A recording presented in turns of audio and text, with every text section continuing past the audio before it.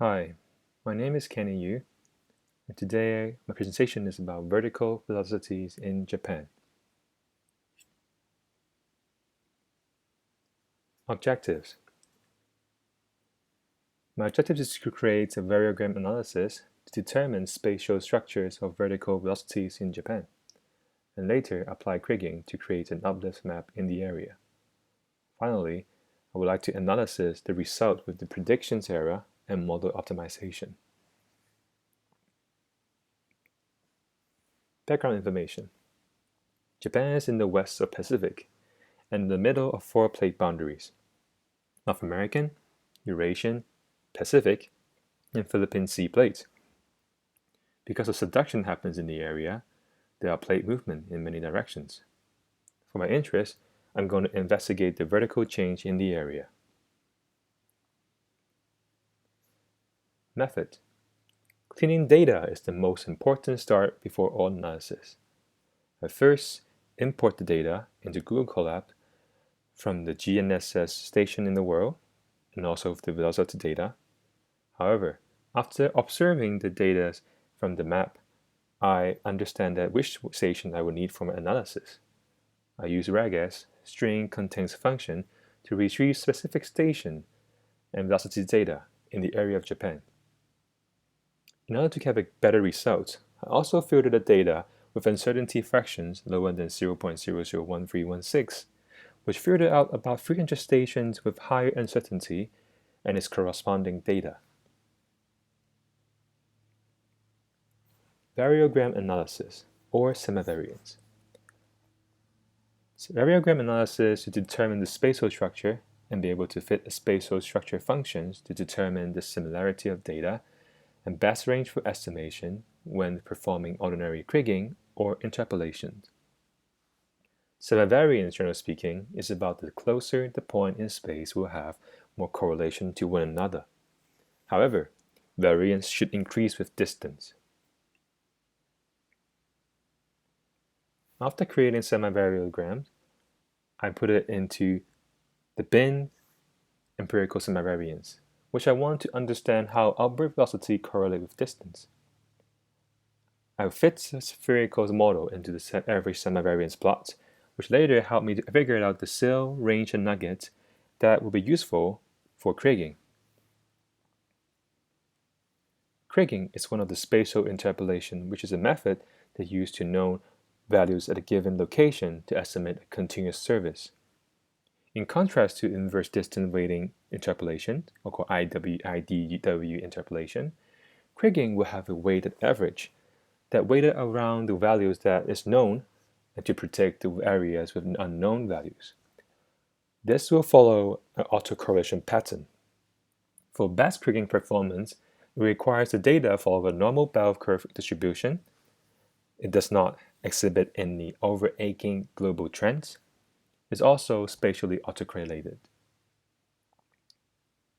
Result and discussion.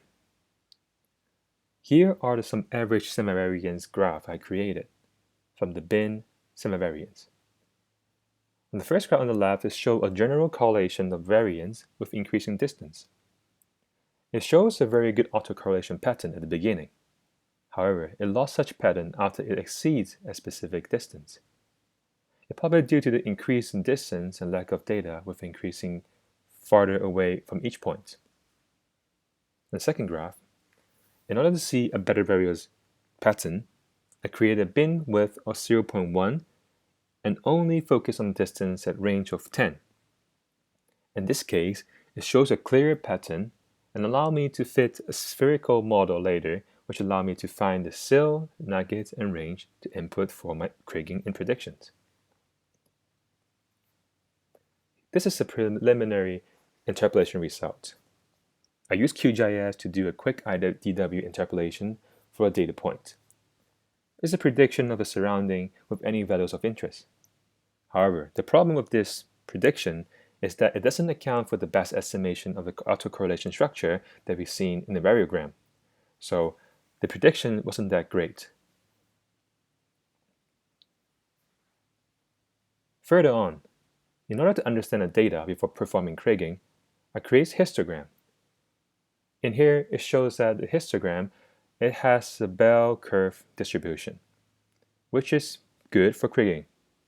Later on, I create a trend analysis plot, which is something that we can use in ArcMap.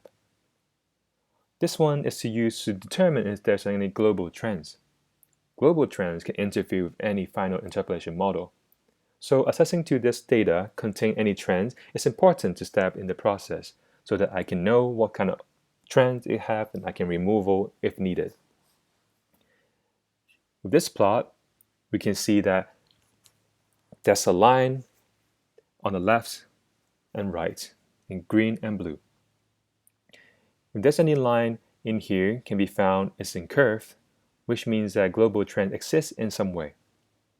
However, in my plot, the blue line appears to be horizontal on the YZ plane. It means that there's no trend can be found. If the line appears to be curved or showing any parabolic shapes, it means that there are second-order trends in the data set. And trends removal have to be done before proceed with kriging predictions. Result from empirical semivariance. My result I got is getting a partial sales of 0.00000093, nuggets of 0.00000015, and a range of 2.1. We see a nugget effect from the graph. It can be attributed to some measurement error and possible spatial source of variance at distance smaller than the sampling. However, from the plot, the variance in distance is not smaller than the sample interval. After a calculation with a smaller bin width of 0.1, the nugget effect still exists, so it probably is a measurement error from the data collection. The SIL at this part is the sum of nugget and partial SIL because of nugget effect.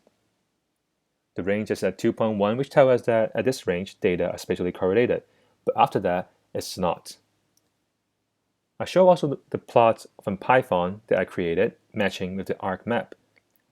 They both have a similar nugget effect, SIL, and range. Here's a result from ordinary kriging done on ArcMap. After plugging in all the partial SILs, nuggets, and range into the ordinary kriging model, it runs and created a smoothing prediction in area without values. The red to orange area are the upward movements, and yellow-green to blue are downward movements. We can see the distributed around the points that we have, and in areas where we don't have any points. If we compare and contrast this prediction with plate boundaries and movements, it makes sense. The area where we can see uplift velocity are areas around the subduction boundary or plate boundary where multiple plates converge together.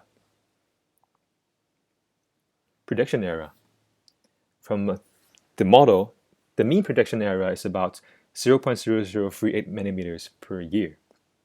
As we can see in the map, where we have larger amounts of data points or where the data points are, it gives us a lower prediction error.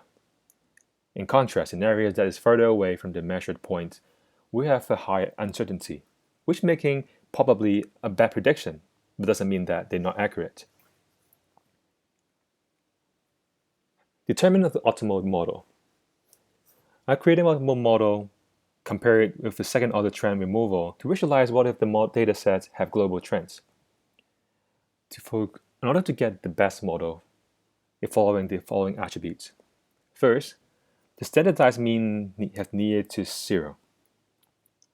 Both of this case are close to 0.